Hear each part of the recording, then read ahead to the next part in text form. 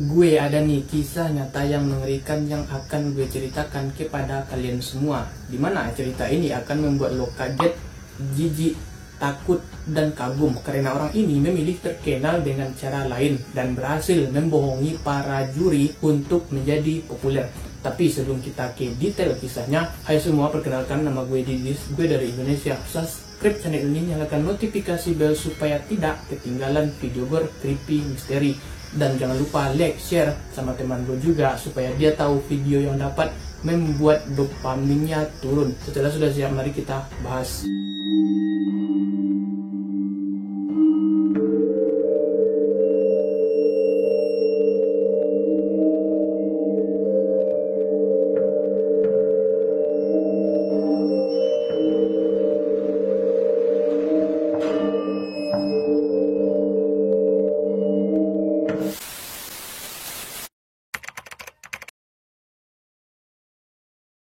Pada tahun 1993, bertepatan di Inggris Raya, ada sebuah kontes kecantikan. Kontes ini baru saja dibuat dan di pikiran gue dan pikiran lo juga, pasti ini kontes yang biasa dan kontes yang menarik. Tapi yang wajib lo tahu, kontes ini spesial untuk pria gay. Kontes ini dibuka secara umum di seluruh negeri dengan kesempatan untuk dimahkotai dengan gelar Tuan Gay. Salah satu orang yang berantisipasi dalam kontes ini adalah seorang pria yang berusia 21 tahun yang tinggal di kota Leeds yang bernama Anthony Molly. Untuk mencapai final, Anthony harus mengambil bagian dalam beberapa kontes yang diadakan secara lokal. Dia memenangkan kontes lokal tersebut yang memajukannya ke regional dan kemudian ke final nasional. Dari 13 kontestan yang berhasil mencapai final, Anthony dinobatkan sebagai pemenang Tuan Gay pertama. Mereka bersama dengan gelarnya, dia memenangkan hadiah uang tunai sebanyak 1.000 pound dan liburan ke Grand Charlia. Meskipun kontes tersebut secara eksklusif untuk pria gay, Anthony kemudian mengklaim bahwa dia tidaklah gay. Ketika dia memenangkan kontes, dia sebenarnya memiliki pacar rahasia. Pada saat itu pacar wanitanya juga ada tuh di sana di lokasi kontes, tepatnya di kerumunan penonton. Ketika dia memenangkan kontes, mereka berpura-pura tidak saling kenal agar tidak merusak peluang Anthony untuk memenangkan kontesnya. Pada malam Anthony menang, keduanya menghabiskan malam bersama di kamar hotel meskipun mengklaim bahwa itu bukan orientasinya. Dia sebenarnya memiliki beberapa hubungan dengan pria di masa remajanya. Memenangkan kontes menghasilkan kesempatan bagi Anthony untuk dia menjadi selebriti tingkat rendah. Lalu dia pindah dari kota Leeds ke London untuk lebih mengejar ketenarannya. Anthony bekerja sebagai model di London dan kadang-kadang dapat membintangi beberapa acara permainan kecil di televisi. Sampai di tahun 1996, Anthony mengambil bagian dalam acara TV yang larut malam dan juga dini hari yang disebutnya Hadiah Tuhan. Acara itu cukup populer, dipandu oleh presenter Davina Michael dan Claudia Winkleman. Dan seri kedua diisi suara oleh salah satu presenter BBC yang tidak disukainya. Seperti judulnya mungkin menyarankan, setiap episode ada 4 pria yang menganggap diri mereka sebagai hadiah Tuhan bagi dunia, akan mencoba dan merayu anggota penonton untuk berhubungan dengan mereka di antara penonton. Pada episode khusus ini, ada tuh seorang pria berusia 21 tahun bernama Damian Oldfield. Setelah acara itu, mereka berdua saling berkenalan satu sama lain. Selama Anthony dan Damian bertukar nomor telepon saat di London, Anthony mengalami semacam krisis identitas. Dia merasa tertarik pada pria, tetapi tidak sepenuhnya yakin apakah dia menyukai pria dan wanita atau hanya pria. Dia bingung tuh apa dia menyukai pria atau wanita. Padahal sewaktu ini dia tertarik pada wanita. Dia memiliki banyak hubungan dengan pria dan wanita, tidak dapat memutuskan apa yang benar-benar dia inginkan. Lalu Anthony dan Damian kehilangan kontak dan setelah bertahun-tahun berlalu, waktu Anthony di London berakhir. Dia udah nggak setenar dulu. Pekerjaan modeling yang dulunya mudah ditemukan diberikan kepada model muda yang sedang naik daun. Oleh karena itu, dia memutuskan untuk pindah kembali ke Leeds, di mana itu jauh lebih terjangkau sambil tetap menekuni modeling di Leeds. Anthony memulai profesi baru yang lebih stabil dan mulai berlatih sebagai koki. Dia mengembangkan hasrat untuk memasak makanan laut. Dan setelah beberapa waktu, dia menjadi juru masak pembantu yang bekerja di restoran makanan laut ternama.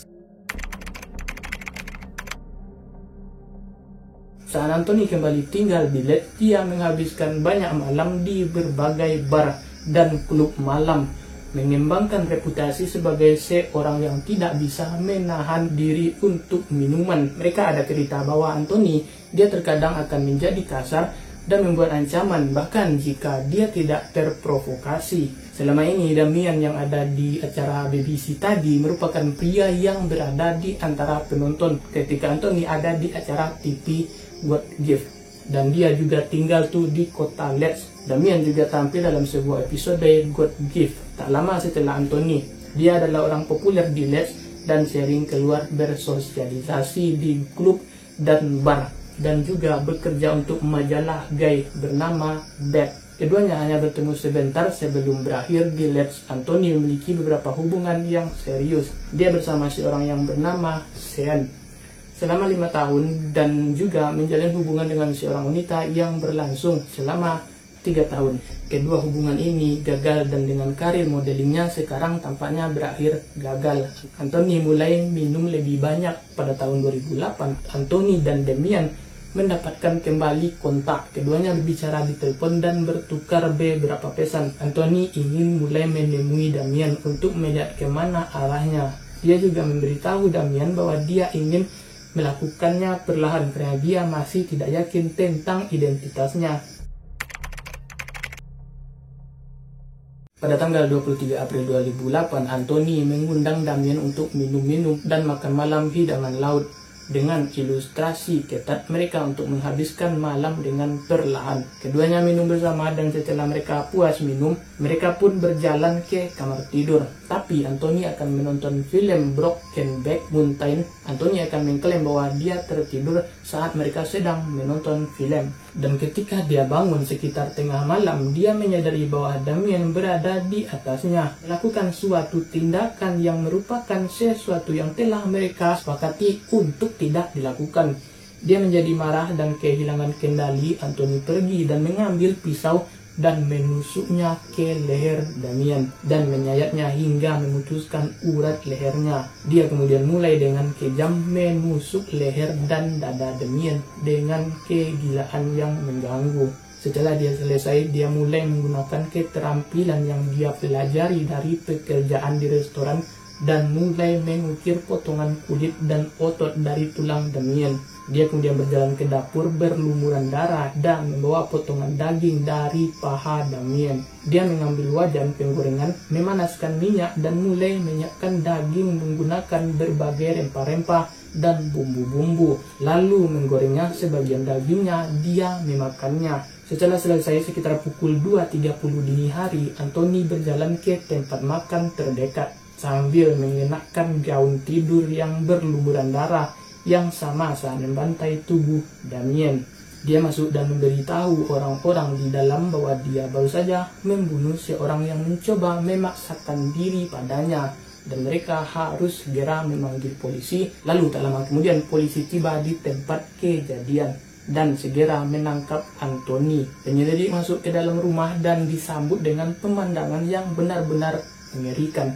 Mereka menemukan darah hampir di mana-mana. Mereka menemukan tubuh Damian di kamar tidur dan dikelilingi oleh potongan-potongan otot dan kulit. Ada juga rongga bergerigi besar di dada Damian yang berukuran 27 cm kali 14 cm dan putingnya telah diiris di talenan. Talenan ya seperti talam atau nampan kalau di Indonesia. Di dapur mereka menemukan beberapa paha Damian yang telah dipotong dengan pisau koki bersama dengan beberapa rempah segar yang dicincang di tempat sampah dapur. Potongan daging ditemukan yang belum dimasak sepenuhnya. Mereka tampaknya telah dikunyah dan diludahkan. Anthony mengatakan kepada polisi bahwa dia sama sekali tidak ingat telah membunuh Damian. Dia mengatakan bahwa dia telah tersentak ketika bangun untuk menemukan Damian melakukan tindakan tak senonoh padanya dan memberitahu mereka tentang pengalaman traumatis yang dideritanya ketika dia